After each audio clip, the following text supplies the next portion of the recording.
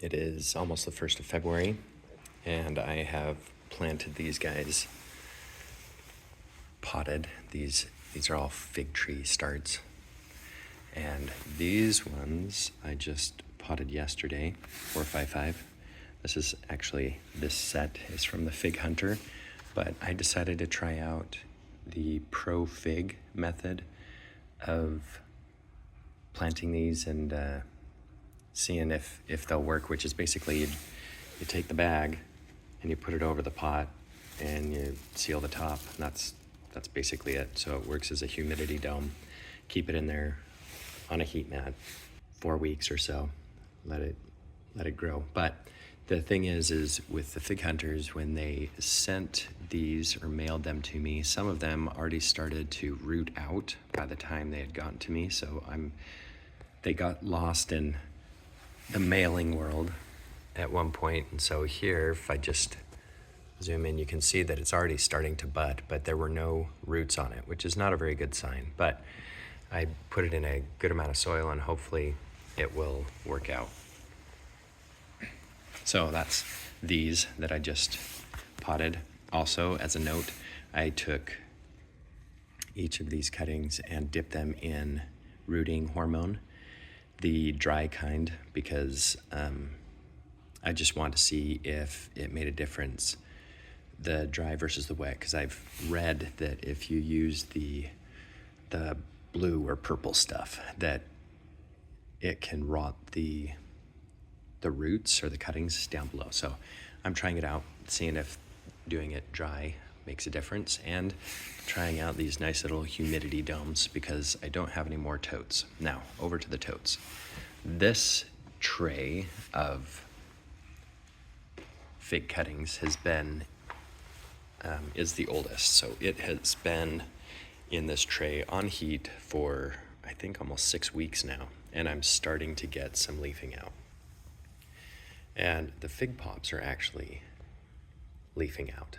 And some of these fig pops I took directly off of my tree that is in the ground, an Olympian, and that's an Olympian, and I think this is an Olympian right there. The yellow long neck that I also have and I took a cutting from, it has no sign of growth, but when I pull on it a little bit, it is solid in there. So it must have a good root system. But most of these in the pots are actually from Profig, and hopefully, I am getting some growth. See the green that's coming through on some of these? That's great. And then the ones that are not growing, I've placed in the back, so they're kind of in that dark space, not getting much light. And these two were given from the Fig Hunter. I purchased the one that has the green on it, which I'm kind of disappointed there's only that much growth, but it is the middle of winter. And then this one was a gift. It's a 715, which I think is awesome that they gave me some extra cuttings because it took over a month and a half for the cuttings to get to me. So this one not growing as good as this one, which I think is interesting because this one, look at how much growth is coming in here. Almost everything is leafing out. That one off to the left is not leafing out yet, but I even have leaves that are coming in under the bottom. So they're really rooting or growing. I don't know if they're really rooting, but they're growing out.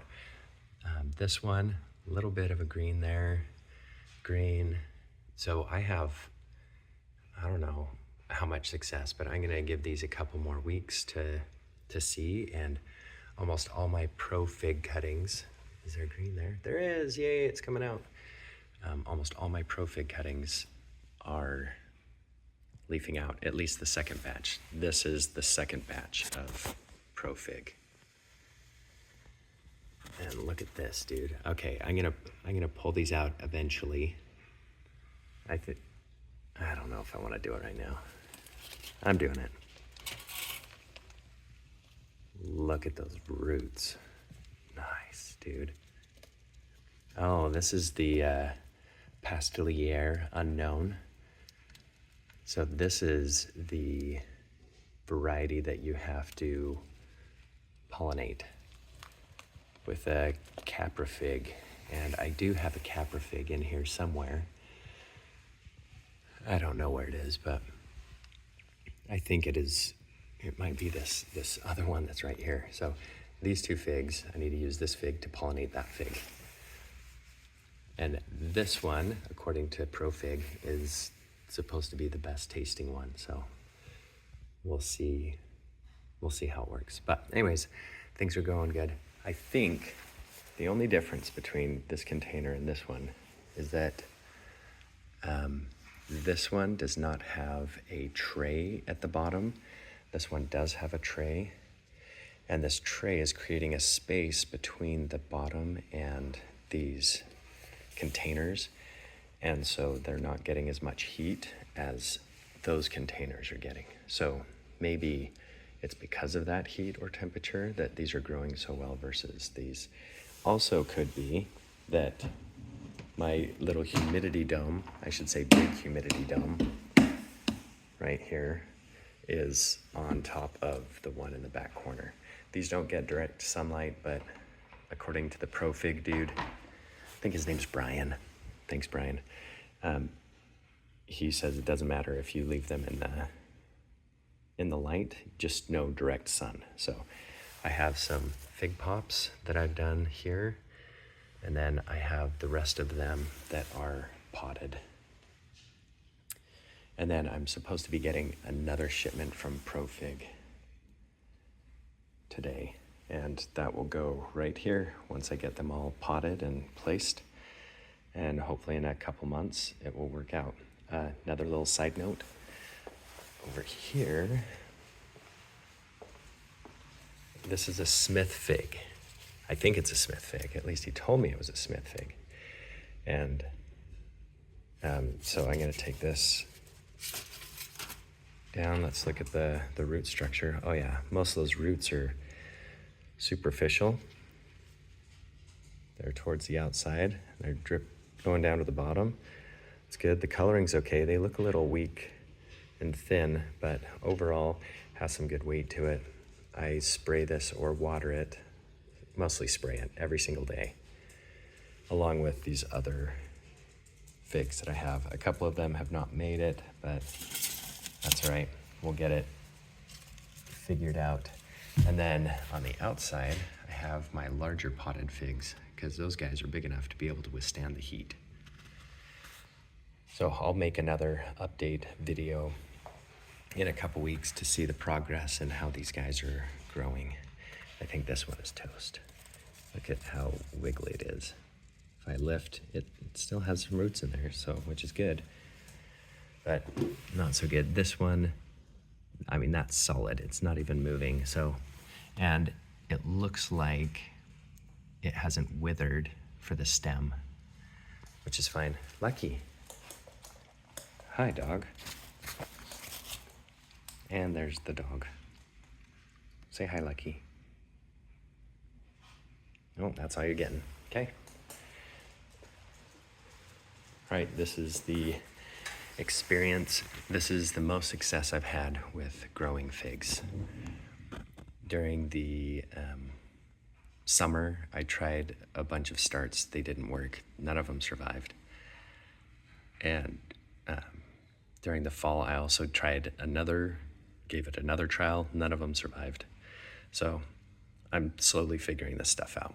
Hopefully you'll be able to figure it out too after I experiment with a couple of these things, because there's so much information online in terms of how you should grow these, or that they're the easiest things to grow. And if these are the easiest things to grow, then I will not be able to grow anything else in my life. So hope that info helps. Outdoor figs, just to go over some of the varieties that I actually have in here. This one in the back is a black unknown. So they don't know what variety it is. Hopefully I'll figure it out, because it is vigorous in terms of its growth. Violet de Bordeaux. This is a UCR 187, an I258, Panache Tiger. That one is Violet from the Fig Hunters. I don't remember which Violet's Delight, that's what it is. Here's a Col de Dame Gris. This is a Martinega Ramada, Strawberry Verte, Long Deloud. This is a Cadota. I mean, it's the biggest one. Look at that thing, huge. Morning Star, really excited for that one. It's like a honey fig, but look at all this green that's on it. I hope it survives this winter, but if it's survived our temperatures of 18 degrees, it's still doing good. And look at the new growth that's shooting out there. All right, this one, already said Strawberry Verte. And this is the Igo Onyx from the Fig Hunter, Yellow Long Neck, and Abahim's Abundance. I hear that's a really, really good one.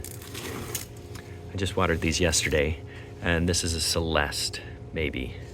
Maybe it's a Celeste, but he thinks it's a Celeste when he sold it to me. So I have